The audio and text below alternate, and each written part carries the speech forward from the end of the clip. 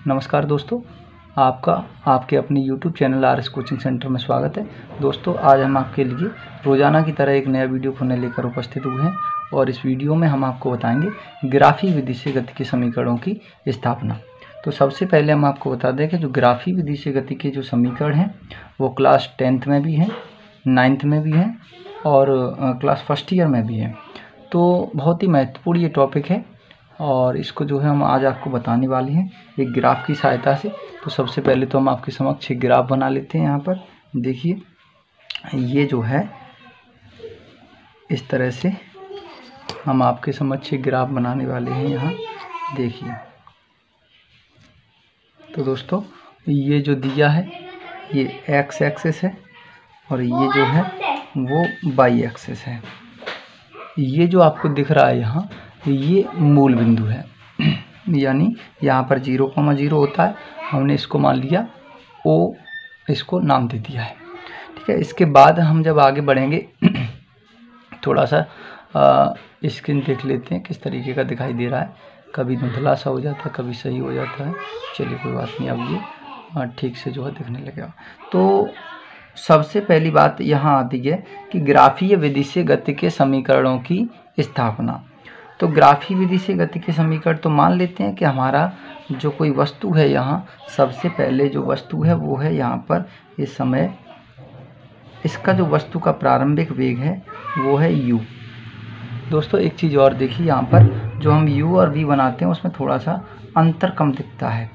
तो ये जो है u है और यहाँ पर कोई वस्तु रखी है और ये प्रारंभ से चलना जो है स्टार्ट करती है।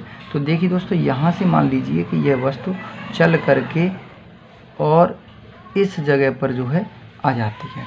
ठीक है, तो जब यहाँ से चलेगी प्रारंभ से, तो इस समय इस वस्तु का वेग क्या रहेगा? वेग दोस्तों v रहेगा। ठीक है, तो जब वेग v रहेगा तो ये u है प्रारंभ में। ठीक है, और ये यहाँ पर जो है इस स्थिति में एक बना देते हैं हम यहाँ पर डैश करके। इस स्थिति में जो ये वेग रहेगा वो v रहेगा। क्या है ये वेग हम यहाँ लिख देते हैं, ये है v।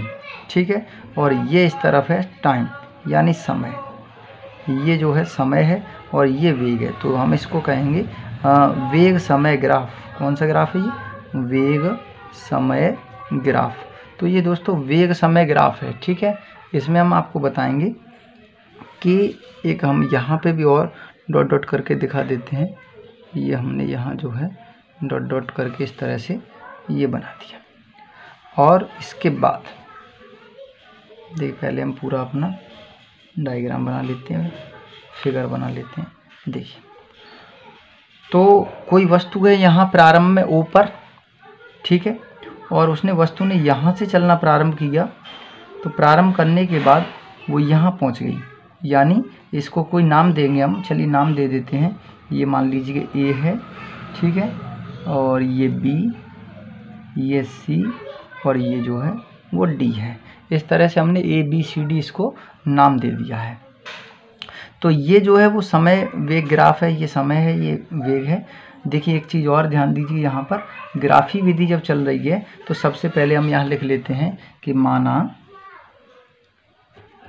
एक वस्तु है, एक वस्तु जिसका प्रारंभिक वेग, एक वस्तु जिसका प्रारंभिक वेग, दोस्तों किसी भी वस्तु का जो प्रारंभिक वेग होता है वो शुरुआत में होता है 0। तो हमें यहाँ पर u माना है, बाद में 0 मान लेंगे। माना वस्तु का जो प्रारंभिक वेग है वो u है और वह जो है एक समान त्वरित गति में है। वह एक समान त्वरित गति में है।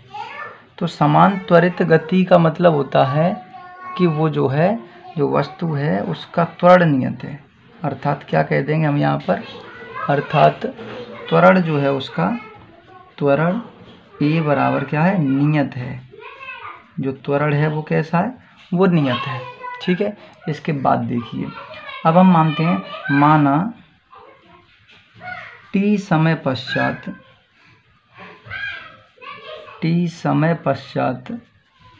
वस्तु S विस्थापित हो जाती है, ठीक है। और जो वस्तु का अंतिम वेग है वो v है, आप जानते हैं, विस्थापित हो जाती है, तब उस समय वस्तु का जो अंतिम वेग है, अंतिम वेग v हो जाता है, ठीक है। कुछ भी लिख लीजिए, कोई ऐसी ज़रूरत नहीं है। मान लीजिए, माना एक वस्तु प्रारंभिक, किसी वस्तु का प्रारंभिक वेग u है और एक समान त्वरित गति में गतिमान है, ठीक है। t समय पश्चात वस्तु का विस्थापन s एवं उस समय वस्तु का वेग v हो जाता है। तब दोस्तों एक परिभाषा होती है त्वरण की। त्वरण की क्या परिभाषा होती है? तो त्वरण की जो परिभाषा होती है, हम जानते हैं कि त्वरण बराबर होता है वेग में परिवर्तन बट्टे समय। त्वरण की जो परिभाषा होती है उसे कहते हैं वेग परिवर्तन की दर को त्वरण कहते हैं। तो त्वरण बराबर होता है वेग में परिवर्तन बट्टे समय। दोस्तों वेग में परिवर्तन कितना हुआ था? प्रारंभिक वेग हमारा था u और जो अंतिम वेग था वो है v। तो ये वेग ज़्यादा है, ये u कम है, तो ये वस्तु हमारी यहाँ पे थी v, और जब ये हमारा u है ये इतना, तो ये भी u होगा, ठीक है। जब ये u है तो ये u हुआ। और देखिए दोस्तों, जब पूरा v है तो ये पूरा v है। अब ये पूरा जब v है, ये u है, तो ये कितना बचा? मान लीजिए ये 10 है, ये 5 है, तो 10 में से 5 जाएगा, 5 बचेगा, अर्थात ये पूरा v है, ये u हटा दो इसमें से, तो ये जो दूरी बचेगी वो बचेगी v माइनस u। त्वरण को कहते हैं a। वेग में परिवर्तन, तो वेग में परिवर्तन क्या हो जाएगा दोस्तों? v माइनस u बट्टे t। तो ये आ गया वेग में परिवर्तन। नीचे एक मान के क्रॉस मल्टीप्लाई कर दीजिए, ठीक है। तो v माइनस यू का जब इधर करेंगे तो v माइनस यू बराबर a का t में करेंगे तो at। थोड़ा सा ऊपर कर लेते हैं, v माइनस यू बराबर at हो गया। अब हमारा जो गति का प्रथम समीकरण होता है वो क्या होता है? देखिए u को उधर ले चलिए, तो v बराबर ये माइनस वाला इधर आके प्लस का हो जाएगा u प्लस at। तो v बराबर u प्लस at जो है यही गति का प्रथम समीकरण हो जाएगा। दोस्तों ये क्या हो जाएगा? यही गति का प्रथम समीकरण है। क्या है दोस्तों? यही गति का प्रथम समीकरण है। तो दोस्तों आपको अच्छे से समझ में आ गया होगा गति का प्रथम समीकरण आखिरकार होता क्या है। गति का प्रथम समीकरण होता है v बराबर u प्लस at। एक बार फिर से पुनः समझ लीजिए कि कोई वस्तु प्रारंभ में जो है u बराबर जो वेग है वो u है प्रारंभ में, और अपने प्रारंभिक वेग में वो 0 पर है। दोस्तों यहाँ पे बच्चे थे, उन्हें हमें भगाना पड़ा, इसलिए उधर ध्यान जा रहा था। चलिए कोई बात नहीं। अब देख लीजिए, कोई वस्तु यहाँ पे थी प्रारंभ में ऊपर, और उसने यहाँ से चलना जब शुरू किया प्रारंभ से u वेग से, तो u वेग से जब चलना प्रारंभ किया तो उसने v वेग प्राप्त करके s विस्थापन उसमें हो गया था, ठीक है। उसके बाद हमने वेग में परिवर्तन बट्टे समय का फॉर्मूला लगा करके और अपना प्रथम समीकरण हल कर दिया था। दोस्तों अब हम बात करेंगे द्वितीय समीकरण की। तो द्वितीय समीकरण के लिए आप देखिए दूसरा समीकरण क्या कहता है। तो सबसे पहले तो हम इसको थोड़ा सा ऊपर कर लेते हैं, और द्वितीय समीकरण, तो यहाँ हम लेते हैं द्वितीय समीकरण।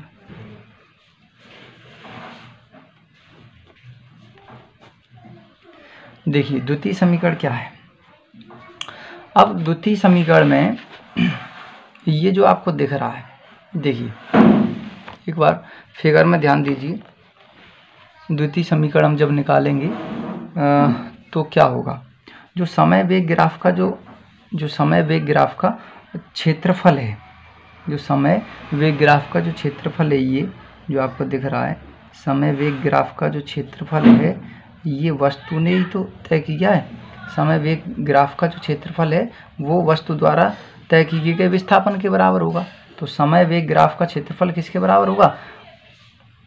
समय वेग ग्राफ का जो क्षेत्रफल है वो विस्थापन के बराबर होगा। दोस्तों किसके बराबर होगा? समय वेग ग्राफ का क्षेत्रफल विस्थापन के बराबर होगा।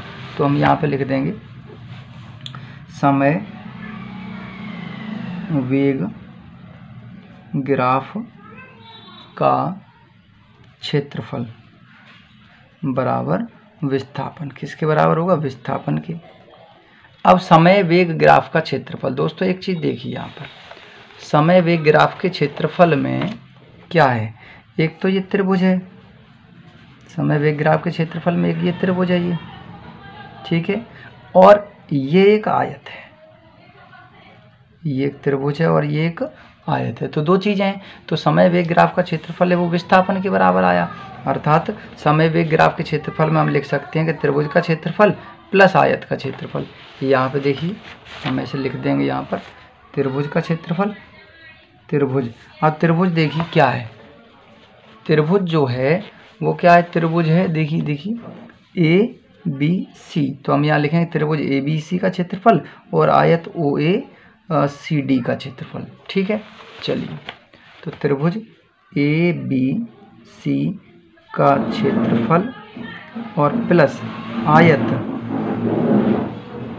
ओ ए सी डी का क्षेत्रफल, ठीक है, किसके बराबर होगा? विस्थापन के, यानी विस्थापन को कहते हैं हम एस, क्या कहते हैं? एस कहते हैं। चलिए, त्रिभुज का क्षेत्रफल होता है दोस्तों 1/2 और लंब गुणा आधार या आधार गुणा ऊंचाई, ठीक है, प्लस आयत का क्षेत्रफल होता है लंबाई गुणा चौड़ाई। अब हम अपने चित्र पर नज़र डालेंगे, ठीक है, हम अपने चित्र पर नज़र डालेंगे तो चित्र में देखिए दोस्तों क्या है, चित्र में त्रिभुज का क्षेत्रफल, त्रिभुज जो है हमारा, अभी हम आपको एक दूसरा डायग्राम लेकर के जो है दिखा दे रहे हैं कि जो त्रिभुज का क्षेत्रफल है वो क्या है। एक मिनट, थोड़ा सा आपको हम एक अन्य डायग्राम दिखाते हैं, देखिए ये देख लीजिए आप, चलिए कोई दिक्कत नहीं है। ये जो है त्रिभुज देखिए आप, ए बी और सी, तो इस त्रिभुज का क्षेत्रफल क्या होगा? आधार गुणा ऊंचाई या लंब गुणा आधार। तो देखिए यहाँ पर लंब कितना है, अब लंब कितना है दोस्तों? ये है बी सी, आधार कितना है? ए सी, तो लंब देखिए यहाँ पे लिख दीजिए 1/2 लंब, लंब कितना है? देखिए कितना है लंब? बी सी है, तो बी सी लिख दो, इंटू आधार, आधार कितना है? ए सी है, ए सी लिख दो आधार, प्लस लंबाई। अब देखिए दोस्तों इसकी लंबाई कितनी है? इसकी लंबाई जो है वो ए सी या ओ डी दोनों बराबर है, तो ओ डी हो गई लंबाई, इंटू चौड़ाई कितनी है? चौड़ाई ओ ए है, कितनी है? ओ ए, चौड़ाई ओ ए, ठीक है, ये हमने लिख दिया। इसके बाद देखिए, इसके बाद हम दोनों की ये मान लगा देंगे। देखिए बी सी का मान, ध्यान दीजिए बी सी का मान कितना है? इस एस को हम इधर लिख देते हैं, ठीक है, एस को जो इधर लिख दिया। अब देखिए एस बराबर 1/2 बी सी, बी सी पे ध्यान दीजिए, बी से सी तक की दूरी क्या है? वी माइनस यू इंटू ए सी का मान, ए सी कितना है? ए से सी तक टी है, ठीक है, प्लस ओ डी का मान, ओ डी कहाँ है? ओ से डी तक ये टी है, इंटू ओ ए का मान, ओ ए पे ध्यान दीजिए, ओ ए कितना है? ये यू है प्रारंभिक वेग, तो यू है। चलिए आगे बढ़ते हैं, इसको अब सॉल्व करते हैं। एस बराबर 1/2 तो चल ही रहा है, वी माइनस यू। अब दोस्तों एक चीज़ ध्यान दीजिए, हम अगर यहाँ समीकरण फर्स्ट लें, समीकरण फर्स्ट से अगर हम ये ले लें, क्या है समीकरण फर्स्ट? वी बराबर यू प्लस ए टी, तो वी बराबर यू प्लस ए टी, ठीक है, v बराबर u प्लस ए टी। अगर हम यहाँ से इस तरह पक्षांतर कर दें, v माइनस यू, यू इधर ले आएँ, बराबर क्या बचेगा? ए टी बचेगा, v माइनस यू बराबर ए टी, तो यहाँ पर v माइनस यू की जगह हम क्या रख सकते हैं? ए टी, ठीक है, तो हम यहाँ रख रहे हैं v माइनस यू की जगह ए टी, और बगल में ये t पहले से रखा है, प्लस u का गुणा करेंगे t में, तो ये हो जाएगा u t, ठीक है। अब देखिए हल कीजिए, s बराबर 1/2 ए टी का गुणा टी में करेंगे तो हो जाएगा ए टी स्क्वायर, प्लस बगल में क्या है? यू टी, सीधा करके लिख दीजिए इसको, एस बराबर यू टी पहले लिख देंगे, प्लस ये इधर हाफ ए टी स्क्वायर। तो दोस्तों ये आ गया गति का दूसरा समीकरण। क्या है ये? एस बराबर U T plus half A T square, यही क्या है? यही गति का दूसरा समीकरण क्या है दोस्तों, दूसरा समीकरण है। ठीक है, इस तरह से हमारे गति के 2 समीकरण आ गए। अब गति के 2 समीकरण तो आ गए दोस्तों, अब हम तीसरे समीकरण की बात करेंगे। किसकी, तीसरे समीकरण की। चलिए हम तीसरा समीकरण देखेंगे, कोई बात नहीं, गति का तृतीय समीकरण। चलिए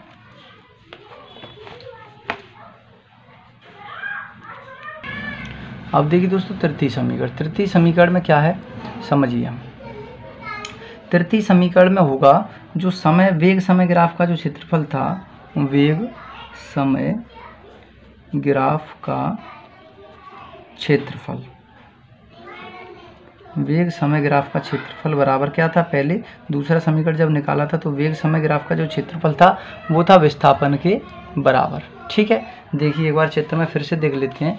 वेग समय ग्राफ का जो क्षेत्रफल था वो विस्थापन के बराबर था ये। ठीक है, ये विस्थापन के बराबर। अब ये विस्थापन के बराबर तो है, लेकिन ये जो दिख रहा है आपको इतना इतना चित्र, ये क्या चीज़ है, ये एक समलंब है। तो हम यहाँ लिख देंगे, देखिए वेग समय ग्राफ का जो क्षेत्रफल है यहाँ हम लिख देंगे समलंब का क्षेत्रफल, समलंब का क्षेत्रफल। तो जो समलंब का क्षेत्रफल है वो भी किसके बराबर होगा, विस्थापन के। ठीक है, समलंब का क्षेत्रफल बराबर होगा विस्थापन। अब विस्थापन क्या है, इधर लिख दीजिए इसको, S बराबर समलंब का क्षेत्रफल क्या होता है, या पहले आप समलंब का ही लिख दो, ये विस्थापन इधर ही रहे, कोई दिक्कत नहीं। तो समलंब का जो दोस्तों क्षेत्रफल होता है वो दोनों भुजाएं, देखिए यहाँ समलंब का क्षेत्रफल होता है कि दोनों भुजाओं, ये 2 भुजाएं हैं, ये समलंब है BD और OA, ये दोनों जो समांतर भुजाएं होती हैं उनका योग, दोनों समांतर भुजाओं का योग प्लस दोनों समांतर भुजाओं के बीच की दूरी क्या होता है। समलंब का क्षेत्रफल क्या होता है दोस्तों, दोनों जो समांतर भुजाएं होती हैं, दोनों समांतर भुजाओं का योग इंटू, यानी 1/2 और आगे रहता है। तो क्या करेंगे हम यहाँ चित्र में देख करके वो जो है दोबारा से एक बार फिर चित्र को देख लेंगे। देखिए चित्र में क्या है, दोनों समांतर भुजाओं का योग। तो समांतर भुजाएं देखिए पहले लिख लीजिए, यहाँ समलंब का जो क्षेत्रफल है वो दोनों, वो 1/2 समांतर भुजाओं का योग, समांतर भुजाओं का योग प्लस दोनों भुजाओं, दोनों समांतर भुजाओं के बीच की दूरी, के बीच की दूरी, समांतर भुजाओं का योग इंटू दोनों भुजाओं के बीच की प्लस दोनों भुजाओं के बीच की दूरी बराबर क्या चल रहा है, बराबर चल रहा है विस्थापन। क्या चल रहा है, यहाँ लिख देंगे विस्थापन, विस्थापन। ठीक है, विस्थापन बराबर पूरा। देखिए अब क्या करेंगे हम यहाँ, अब विस्थापन को कहते हैं S, तो S बराबर 1/2 चल रहा है, चलने दीजिए। अब समांतर भुजाओं का योग, समांतर भुजा देखिए कौन कौन सी हैं, ये हैं OA और BD, ये समांतर भुजाएं हैं OA और BD। तो क्या करेंगे, दोनों का योग OA प्लस BD।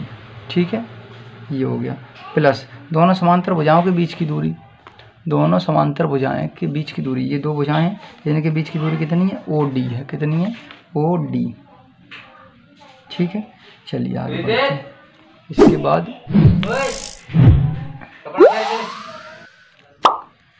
इसके बाद देखिए 1/2 तो ये है ही OA का मान।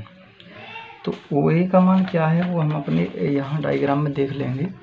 OA क्या है, देखिए जो OA है, देखो यहाँ गौर कर लीजिए, OA ये दूरी कितनी है, U है, U लिख देते हैं, प्लस BD पे ध्यान दीजिए, B से D तक की दूरी कितनी है, टोटल V है, तो ये V हो गया, प्लस OD का मान, O से D तक, O कहाँ है, O ये रहा, D ये रहा, तो OD का मान है T। क्या है दोस्तों, OD का मान है T। तो इस तरह से हमने सब की वैल्यू लगा दी। अब इसके बाद देखेंगे S बराबर 1/2 कितना है, U प्लस V T। अब दोस्तों प्लस T, अब T देखिए हम क्या करेंगे, गति के प्रथम समीकरण से, प्रथम समीकरण से, गति का प्रथम समीकरण होता है V बराबर U प्लस AT। अगर हम यहाँ से टी की वैल्यू निकालें, किसकी, टी की, तो यू को इधर ले आएंगे, वी माइनस यू हो जाएगा ये, बराबर क्या बचेगा ए टी, और टी की वैल्यू जब हम निकालेंगे यहाँ से तो ये ए भाग में आ जाएगा गुणा वाला, वी माइनस यू बट्टे ए बराबर क्या बचा टी। तो v माइनस यू बट्टे ए का जो a है वो किसके बराबर आ गया, t के बराबर। तो इस t की जगह अगर हम v माइनस यू बट्टे ए लिख दें, v माइनस यू अपॉन ए, ये लिख दिया, तो देखिए दोस्तों इससे क्या होगा, s बराबर 1/2 तो चल ही रहा है। अगर हम ये u प्लस वी को v प्लस यू लिख दें तो कोई फ़र्क पड़ेगा, नहीं पड़ेगा, क्योंकि ये प्लस में है। और इधर देखिए, इधर क्या है, plus v minus u upon a, यही है, चलिए कोई दिक्कत नहीं। s बराबर 1/2 तो चल ही रहा है, v प्लस यू और v माइनस यू, ये बने क्या, वर्गांतर, पहली संख्या पे वर्ग v स्क्वायर माइनस दूसरी संख्या पे वर्ग u स्क्वायर अपॉन ए, ठीक है। चलिए नीचे एक मान के क्रॉस मल्टीप्लाई कर देते हैं, तो देखिए कैसे हो जाएगा, v square minus you square का जब हम एक में करेंगे तो क्या आ जाएगा, v square minus you square बराबर 2a का गुणा हम करेंगे s में, तो ये आ जाएगा 2as, क्या आ जाएगा 2as। अब देखिए v स्क्वायर बराबर ये u स्क्वायर इधर ले चलिए तो प्लस का हो गया u स्क्वायर और प्लस के 2as पहले से हैं, तो v स्क्वायर बराबर u स्क्वायर प्लस 2as, ये होता है दोस्तों गति का तीसरा समीकरण, यहाँ हम लिख देंगे। अतः यही गति का तृतीय समीकरण है। कौन सा है, तृतीय समीकरण है। दोस्तों उम्मीद करते हैं आपको हमारे ये तीनों जो गति के समीकरण थे वो समझ में आए होंगे। तो दोस्तों इसी प्रकार के अलग अलग वीडियोज हम आपके लिए उपलब्ध कराते रहेंगे। दोस्तों आज के लिए बस इतना ही, तब तक के लिए नमस्कार, जय हिंद, जय भारत।